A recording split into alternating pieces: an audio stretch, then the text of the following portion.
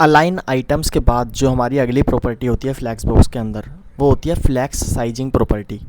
अब flex sizing property के अंदर हमारी तीन मेन प्रॉपर्टीज़ होती हैं, जिसका नाम है फ्लैक्स बेसिस, फ्लैक्स ग्रो और flex ring.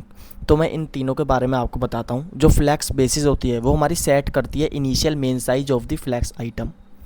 Like flex basis, यहाँ पर ये जो हमारी ऑरेंज, मैंने यहाँ पर जो हमारा ऑरेंज वाला डिव था उसको मैंने एक आईडी दे दिया ऑरेंज, और यहाँ पर मैं लिखूँगा hashtag orange and flex basis. इसको मैं कर दूँगा 100 पिक्सल,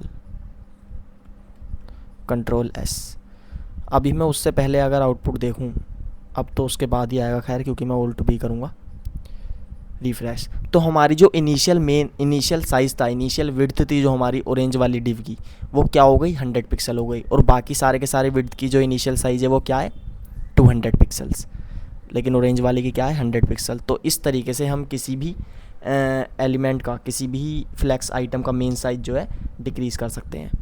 अब इसके अंदर हमारी एक प्रॉपर्टी होती है flex grow property. For suppose यहाँ पर मैं क्या करता हूँ, इस वाली प्रॉपर्टी को हटा देता हूँ, डिलीट, कंट्रोल एस, और एक बार मैं अपना आउटपुट देखूँ तो हमारा आउटपुट कुछ इस तरीके का आ रहा है कि ऑरेंज के आगे ये स्पेस बच रही है, रेड के आगे ये सारी स्पेस बच रही है। तो ये वाली स्पेस जो है हम ऑरेंज को ऑक्यूपाई कराना चाहते हैं, तो हम क्या करेंगे, हम इस ऑरेंज वाले एलिमेंट को जो है ग्रो करा देंगे। यहाँ पर मैं क्या लिखूँगा, फ्लैक्स ग्रो 1, कंट्रोल एस। इसका मतलब क्या है, ये वाली स्पेस जितनी भी बच रही है ये ऑरेंज वाला एलिमेंट जो है ऑक्यूपाई कर लेगा। ऐसे ही हम रेड के लिए कर सकते हैं। रेड के लिए इसको आईडी दे देते हैं, ID is equal to red, control S. इसी को कर लेते हैं कंट्रोल सी, कंट्रोल वी, और यहाँ पर क्या कर देंगे, यहाँ पर लिख देंगे रेड, कंट्रोल एस। और अब जैसे ही मैं रिफ्रेश करूँगा, ये सारी की सारी विड्थ किसने ऑक्यूपाई कर ली, रेड वाले डिव ने। अगर मैं इसको नहीं चाहता कि ये ऑक्यूपाई ना करे, मैं इसको डिलीट भी कर सकता हूँ, और यहाँ पर मैं लिख सकता हूँ flex shrink 1, control S. Shrink का मतलब क्या है कि वो डिक्रीज़ हो जाएगी, और ग्रो का मतलब क्या है कि सारी की सारी विड्थ जो है वो ऑक्यूपाई कर लेगा, जितनी भी खाली विड्थ बच रही है। और श्रिंक का मतलब है कि वो ऑक्यूपाई नहीं करेगा। तो ये हमारी कुछ फ्लैक्स बॉक्स प्रॉपर्टीज़ होती हैं। फ्लैक्स बॉक्स क्या होता है, सब चीज़ मैंने आपको बता दी है in detail. What is flex box, flexible box layout, flex model, general example बताया, फ्लैक्स बॉक्स डायरेक्शन बताई, justify content, flex wrap, align items, and in last flex sizing properties भी मैंने आपको बता दी है। अब फ्लैक्स को डिफ़ाइन करने के लिए हम एक एक प्रॉपर्टी तो इस तरीके से जो है डिफ़ाइन नहीं करेंगे।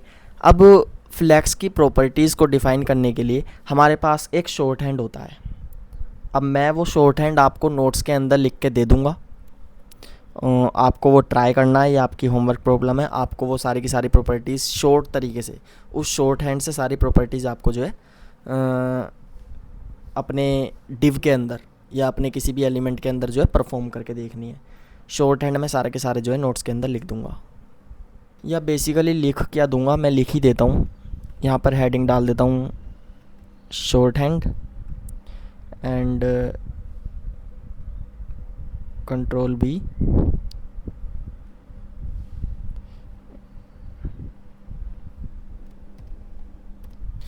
यहाँ पर मैं शॉर्ट हैंड लिख देता हूँ, जिसमें हमारा क्या आएगा, सबसे पहले फ्लैक्स ग्रो,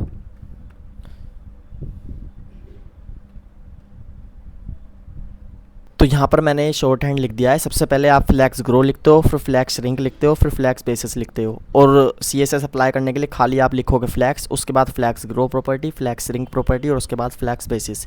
ये हमारा शॉर्ट हैंड होता है फ्लैक्स सीजिंग प्रॉपर्टी को डिटरमाइन करने का।